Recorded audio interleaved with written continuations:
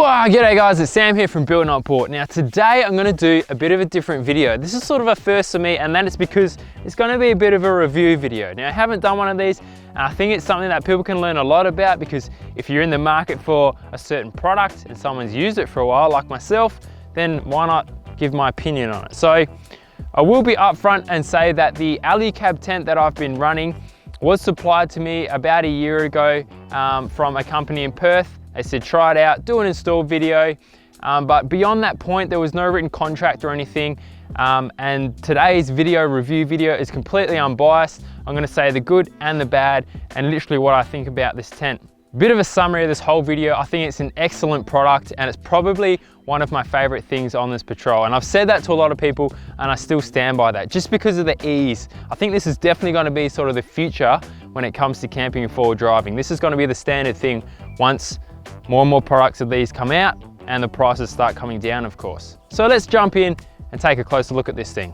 Okay, so the one I'm running currently behind me is the Alu-Cab rooftop tent. Now it's a completely aluminium construction, and they're designed and built in South Africa and then imported into Australia where they have been distributed. Now, this is the only tent that I've been running of this style. Before this, I used to run one of the old ones that used to pop up and you had to zip up and everything. That was a pain in the butt. This is leaps and strides ahead of that design. Now, there are a few different models that have come after this, and I think there's one or two beforehand. I'll get into it a bit later about the different types of tents and what I think about them.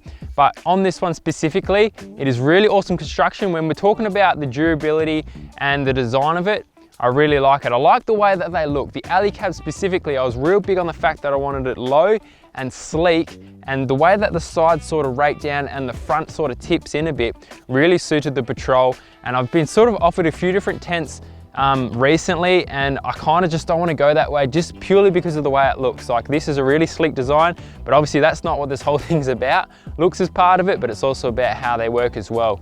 Now, one really awesome feature that I love about the Alu-Cab tent, and also pretty much any rooftop tent that has a hard lid shell, is the fact that you can put things on top of them and still like use them. So I've got a solar panel up there. You can put even more solar panels if you want. And I've also just recently put my Max Tracks up there as well. Now, I've heard of people putting like surfboards, canoes, bikes, all sorts of stuff up there. And because this thing is on gas struts and you lift them up, it can actually hold that weight when you use it. So that's perfect for when you want to stack things on the roof and still have a rooftop tent. Whereas the old design, if you put anything up there, you had to pull it off first and then open the thing up. So that's something that I do love about it. Now, I've also mounted on the front a massive light bar, and on the side there is the Alu-Cab awning. Now, I'm not going to do a review on the awning in this video. Maybe I'll do that in the future. Drop a comment down below if you want me to do a review on the awning, because I got that at the same time as the tent. But without getting off topic, all the accessories that I put on there, there's a few that needed holes drilled into it. Pretty simple, you just sandwich plate them on and use a bit of silicone to seal it up for the water. So there's no issues with adding on things you want.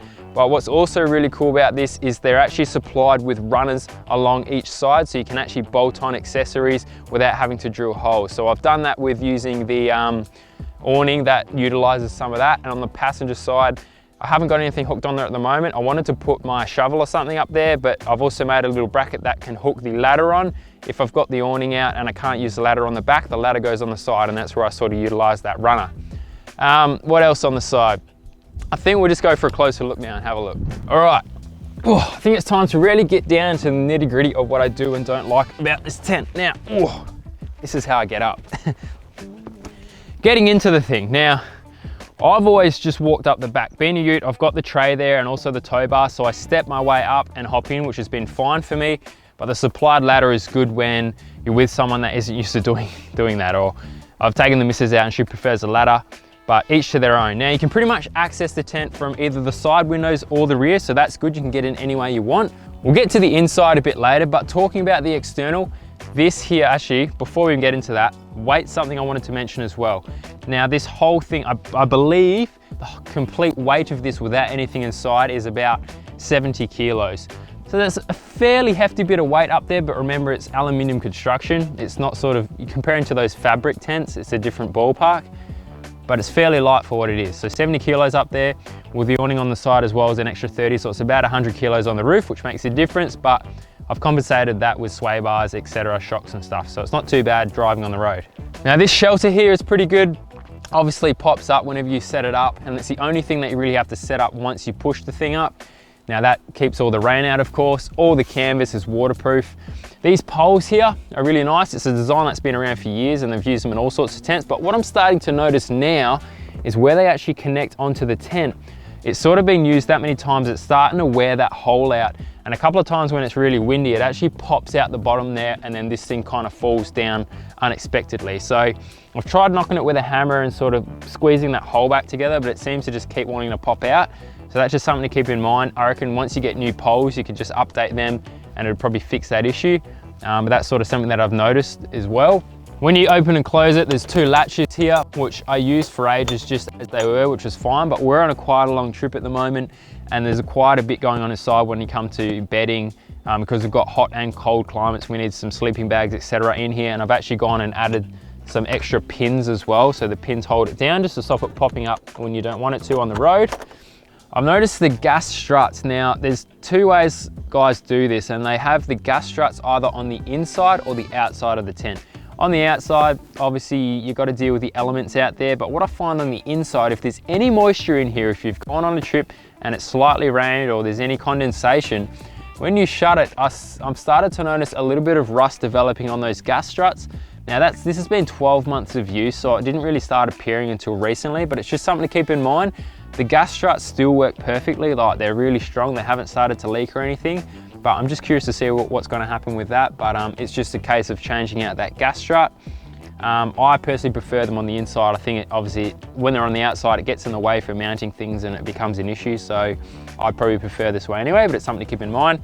The windows they zip up from the bottom, and the fly screen's on the outside, and then you've got your full shaded screen on the inside. Now, I don't know what I prefer. Like sometimes it's annoying when you just want the fly screen up, which means the actual internal canvas is sort of flopping on the inside and you got nowhere to stick it. Whereas if it was a zip that zipped upwards, you could roll that up and hook it up and it would be out of the way. But I think why they've done that is so that you can sort of zip it halfway and still have that top part like just popped open, which obviously gives you a bit of privacy but lets some wind in, a bit of sun. It's, you know, it was one or the other. I'm sure when they designed the thing, they sort of looked at both sides, and this is the way they've gone.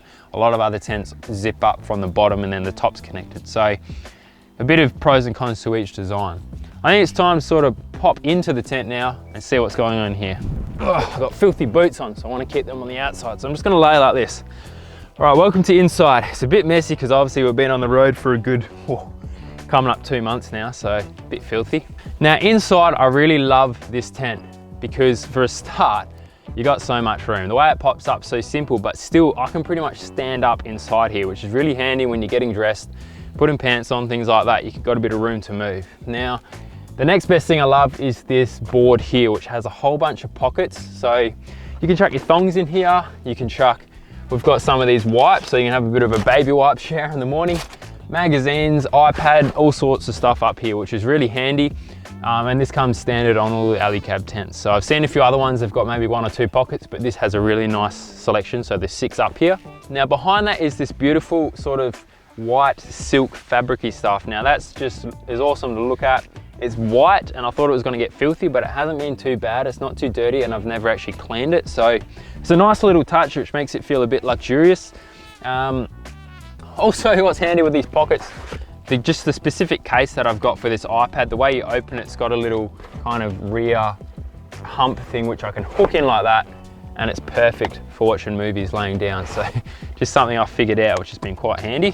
All of this is pot riveted, so the whole internal sort of canvas is pot riveted to the frame with massive rivets, and it's got, looks like what's Velcro as well, and double stitching. So it's fully sealed around there. And then just where the windows are, there's a small section of double canvas as well. So that helps with the condensation and rain. You've got an internal canvas and then an external canvas as well. Some tents I've seen come out, they've got a pole that you put up just to stop it from coming down, but the strength of these struts, it's never had an issue wanting to kind of collapse or either fall down when we're using it, even when it's windy. I think it's only becomes an issue if you've got really heavy stuff on top, like a canoe or something like that. Just with these Max Tracks, it seems to be perfectly fine. Now the mattress itself wasn't the greatest when we got it. Like, it's a fairly thin mattress, but it's nice and big. but it sort of, the way it closes up and the room it gave us enough space to add a topper on there. So I went the egg carton topper, which really helped the comfort. And on this trip, we've got a doona down, and then the sleeping bags go on top of that. So I actually sleep on top of the doona, which makes it quite a comfy sleep.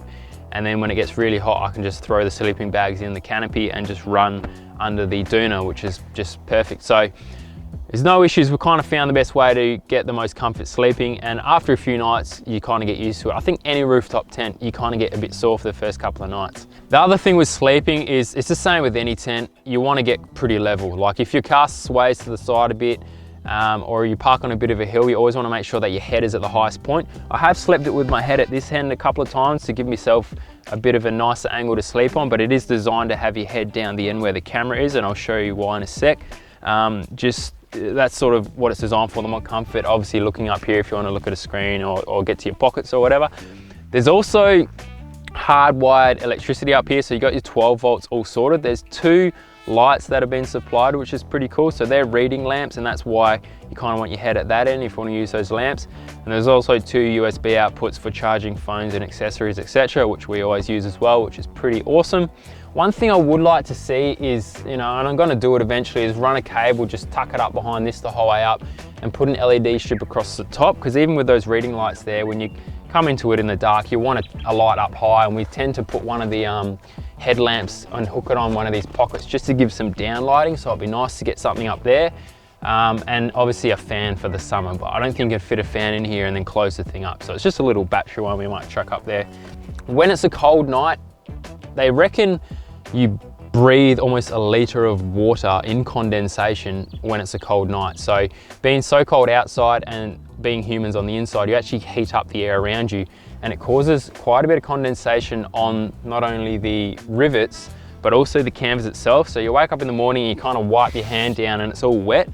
That's sort of a problem across the board with any tent, and they're trying to work on ways to fix that with little vents at the top or bits of foam to absorb that moisture, but they haven't quite nailed it. This one doesn't have any of those features, to vent the air, so we just find cracking the side windows a little bit helps that.